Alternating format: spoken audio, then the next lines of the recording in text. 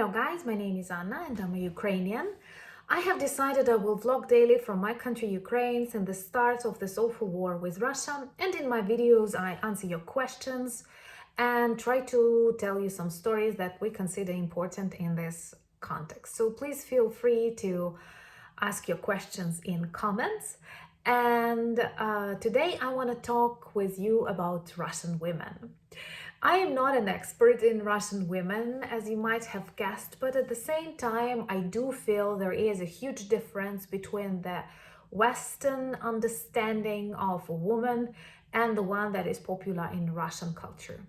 And I would like to start this story with a very sweet memory from my childhood and my games with my father. He was always busy and he would return home late, but at the same time, he was a very good inventor and he could invent the games that were very interesting for me, but at the same time, he could relax and read the newspaper. So, one of these games was actually an opera that we sang together. I'm very bad at singing, like really very bad. But when I was 4 or 5, I dreamt of the career of the opera singer, and he supported any kind of my weird ideas. And the one, like, why did he like this game? Because I was busy 2 or 3 hours preparing, and he could continue reading his newspaper. I was like drawing my eyebrows because he told me that every Ukrainian girl must have dark eyebrows. I would choose costumes, I would rehearse, and then we would sing for like 2 minutes. And one of these operas was about one lady, Natalka Poltavka, her relationship with her man who was a Cossack, who was a very strong warrior. But on his way back home, when he was late or something was done the way she did not want, he was always afraid of her. And because like we have like this very typical Ukrainian posture with your arms on your hips, and many women are depicted like that in Ukrainian culture.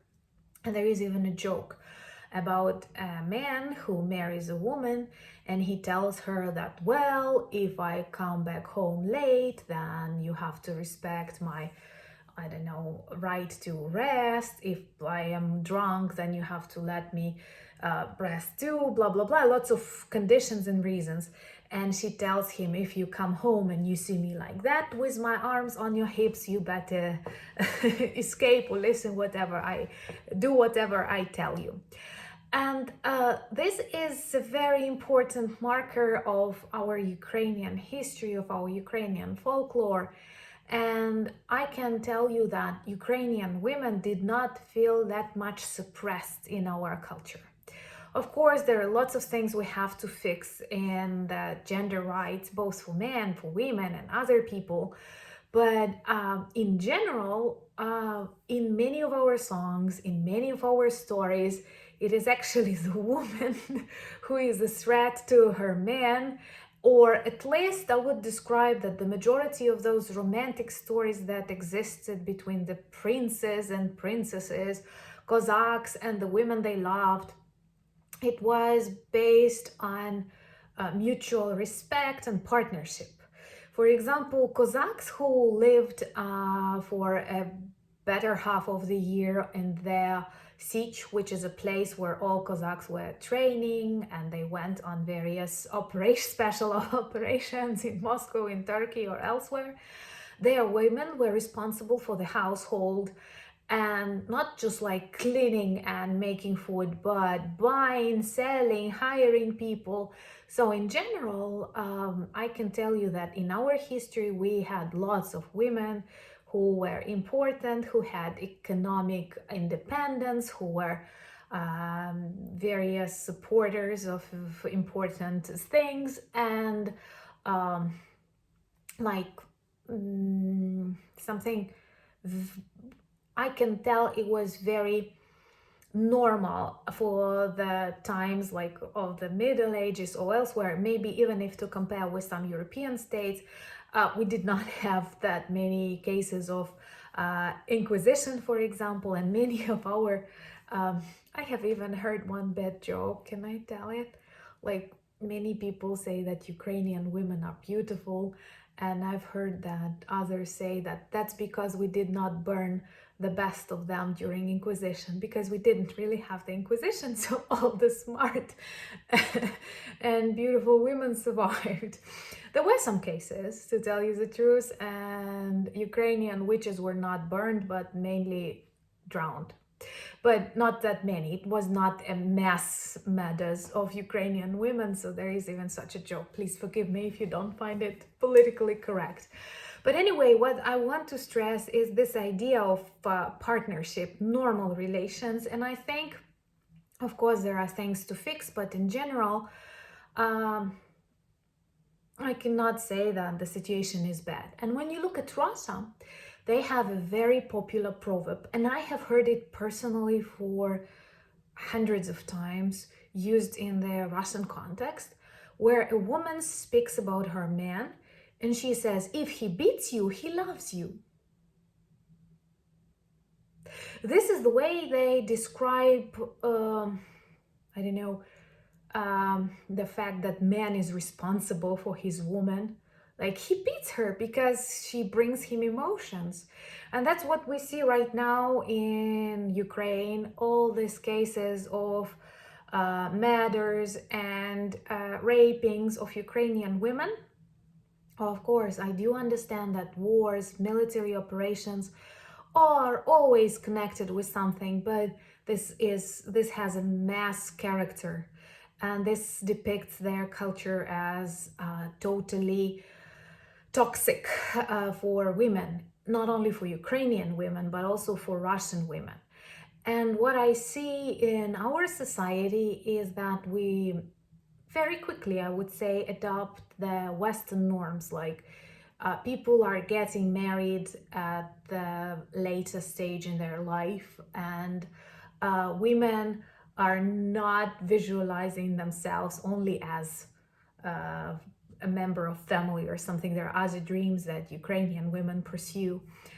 And like, we have more independence, we have more rights everywhere. And if you look at the Russian society, and they don't like all these global trends, and they don't like normality, and they close their doors to various opportunities that women must have in the modern society. And when you look at these conversations, that when you listen to these conversations that Russian women have with Russian soldiers, they are terrifying, because they do advise their men to rape women, but just to protect themselves. Or the mothers blame their sons for, like, I cannot do anything, why are you telling me this, you're not strong. This is something totally different from what you will hear from a Ukrainian mother. And I think that this actually reveals a very important, another important problem inside the Russian society, and the role of the woman, and the attitude to that woman. And I don't know what kind of woman you can be to wear all of these looted things. And they do know the origin of these things. And I think like, this describes a lot. Of course, there must be some normal women in Russia, but in general, like, at the beginning of this war, we were trying to persuade Russian mothers, and there were lots of campaigns on Facebook, on television, and elsewhere to persuade Russian women to address various local, regional, national organizations, I don't know, to address Putin, Lavrov, or whoever you can, to stop this war. Because in Ukraine, organizations like that can do a lot. They can do a lot of, they can cause a lot of problems to those who don't want to listen to them. And they are an instrument, a useful instrument of democracy and some changes. And Russian mothers don't act like that. I don't know, you can tell they are afraid, but how can you be afraid if the life of your son is the thing you're fighting for? And I think that the depth of this problem is not yet 100% visible even inside the Russian society, because you will hear these phrases: if he beats you, he loves you. In Ukraine, we do have lots of examples, like when families share their tasks and it's normal. And I think that in the majority of Russian families, they have this very strict division of what a man must do and what a woman must do, and they cannot like substitute each other. And I'm really glad that we live in a more tolerant society. Of course, we have to pay a really high price for that. And the reason that we are so different is the thing that makes Russians so angry. But I do hope that after we win, after Putin's regime will fall, they will be able to look at us and realize that is the direction we have to move. And anyway, if you have some questions, please feel free to ask them. And I'm very grateful for your subscriptions and your comments. I'm trying to pronounce the word correctly, so I'm always grateful for your advice. Slava Ukraini!